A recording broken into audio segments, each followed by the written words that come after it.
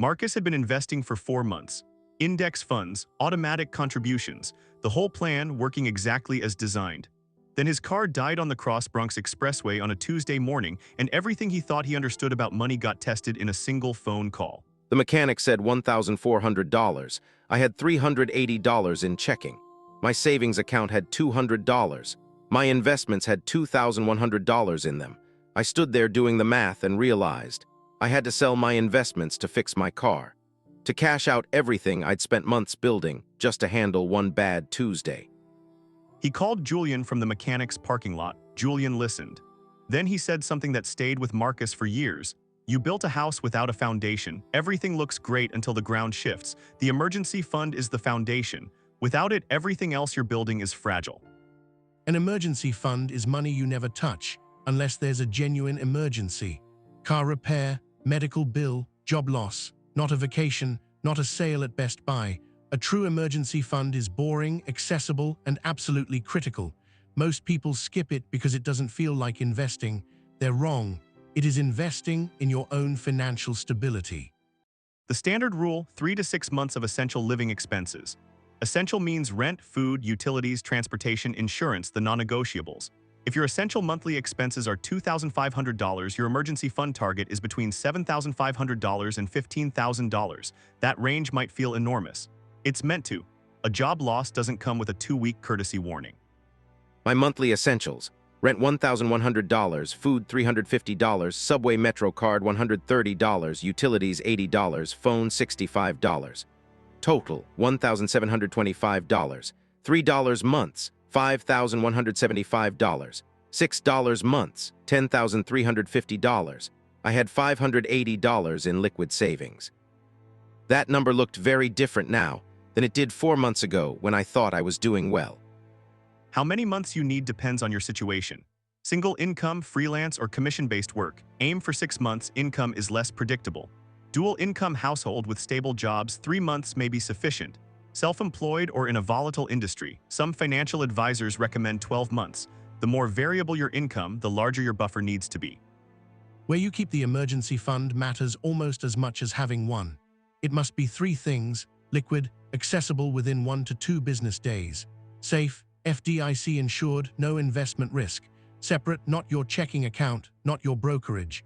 A high-yield savings account is the ideal vehicle. Online banks routinely offer 4 to 5% interest on savings. Your emergency fund earns money while it waits. High-yield savings accounts at online banks, Marcus Invest, SoFi Ally, Marcus by Goldman Sachs, typically offer significantly higher interest rates than traditional bank savings accounts, which often pay close to zero. On a $10,000 emergency fund at 5% annual interest, you're earning $500 per year just for keeping money you should already have. The emergency fund pays for itself. Julian's advice: pause my investment contributions temporarily. Redirect that $200 per month plus anything extra to the emergency fund first. Get to 1 month of expenses, then 2, then 3. Once I hit $5,000, restart the investment contributions and build the emergency fund more slowly in parallel. The foundation before the house. The psychology of the emergency fund is important. Some people resist building it because the money just sits there. But that's exactly the point. It's not sitting, it's standing guard. Every dollar in your emergency fund is a dollar that will never force you to sell investments at the wrong time, take on high-interest debt, or make a panicked financial decision under pressure. Alina had grown up in a household where emergencies meant credit cards because there was never cash to absorb a shock. She watched her parents carry balances for years after a single medical bill. When Marcus explained the emergency fund concept, she said, "So it's the thing that stops a bad week from becoming a bad year." Exactly. That's exactly what it is. The cost of not having an emergency fund is measurable. The average American has fewer than $400 available for an unexpected expense. When emergencies hit the unprepared, the response is predictable: credit card debt at 20 to 29% interest, personal loans at 12 to 36%, payday loans that can reach 300% annualized. A crisis becomes a debt trap. Emergency fund built. Now we talk about insurance. Insurance is financial protection you hope to never use, but that you absolutely need in place before you accumulate meaningful assets. The 4 types every young adult needs to think about: health insurance, renters or homeowners insurance, auto insurance if you have a car, and most underestimated, disability insurance. Health insurance, the most expensive healthcare is healthcare without insurance. A single emergency room visit without coverage can cost $3,000 to $30,000, a hospital stay $10,000 per day or more. In the United States, medical bills are the leading cause of personal bankruptcy, not credit cards, not student loans. Health insurance is not optional. It is financial protection first. I had health insurance through my employer. I hadn't looked at the plan details in 2 years. Julian made me review it. I learned I had a $3,000 deductible I'd never noticed. If I had a medical emergency, I'd owe the first $3,000 before insurance paid anything. I started keeping $3,000 in a separate account specifically for that deductible, a healthcare emergency reserve. Renter's insurance. If you rent, you need it, and almost nobody has it. Your landlord's insurance covers the building. It does not cover your belongings. If there's a fire, a flood, or a theft, your laptop, furniture, clothes, and everything you own is gone uncovered. Renter's insurance typically costs $15 to $30 per month. It covers replacement of your possessions and provides liability protection. It is one of the best financial values that exists. Disability insurance is the one that surprises most people. You're more likely to experience a disabling illness or injury before age 65 than you are to die before 65. Yet almost everyone has life insurance, and almost no one under 40 thinks about disability coverage. If you can't work for 6 months, what happens? The emergency fund buys you time. Disability insurance replaces your income if it becomes a longer-term issue. Many employers offer short-term disability coverage, typically replacing 60% of your salary for 3 to 6 months if you're unable to work. Long-term disability insurance extends that coverage for years or until retirement age. If your employer offers these benefits, at minimum understand what you have. If you're self-employed or your employer doesn't offer them, the individual disability insurance market provides options. The car situation resolved. I borrowed $700 from Alina, paid the mechanic, started my emergency fund the same week. It took 8 months to reach $5,000. $8 months of watching a savings account grow while my investment account stayed flat because I'd paused contributions. It was boring. Julian said, "Boring is good. Boring means nothing went wrong." The order of financial operations matters. Before investing, establish a minimum emergency fund of 1 month expenses. Before taking investment risk, have 3 months of expenses protected. Before significant wealth building, full 6 months appropriate insurance coverage and no high-interest debt. These aren't sequential perfections, they overlap. But the safety net comes first. Term life insurance. If anyone depends on your income, a partner, children, aging parents, you need it. Term life is the simplest, most affordable version. It covers a specific period, 10, 20, 30 years, and pays a death benefit if you die during that term. A healthy 25-year-old can get $500,000 of coverage for roughly $20 to $30 per month.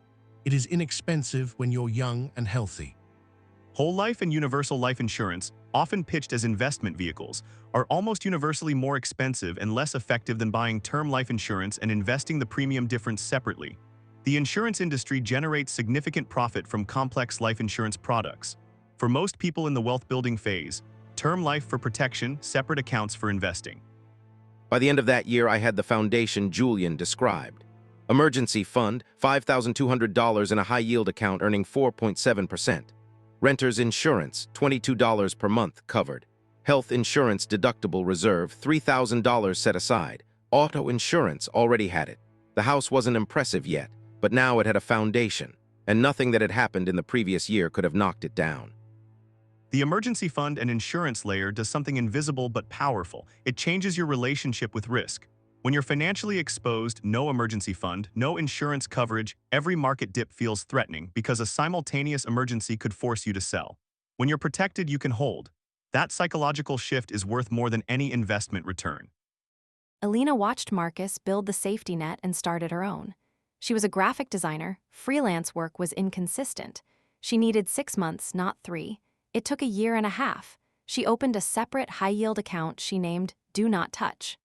She contributed $150 every month automatically on the day she received her largest recurring client payment. She never missed a contribution. Automation is the emergency fund's best feature. Set up an automatic transfer from your checking account to your high-yield savings the same day your paycheck arrives, or better, split your direct deposit so a fixed amount goes directly to savings before it ever reaches checking. What you never see, you never spend. The emergency fund builds in the background silently, automatically. One final principle, replenish immediately. The moment you use the emergency fund for a genuine emergency, your next financial priority is rebuilding it, not investing more, not a vacation. Rebuilding, the emergency fund that just saved you from disaster needs to be ready for the next one. Life does not wait politely for your financial recovery before sending the next challenge. Marcus had the experience now. He'd felt the exposed feeling of needing $1,400 with $380 available.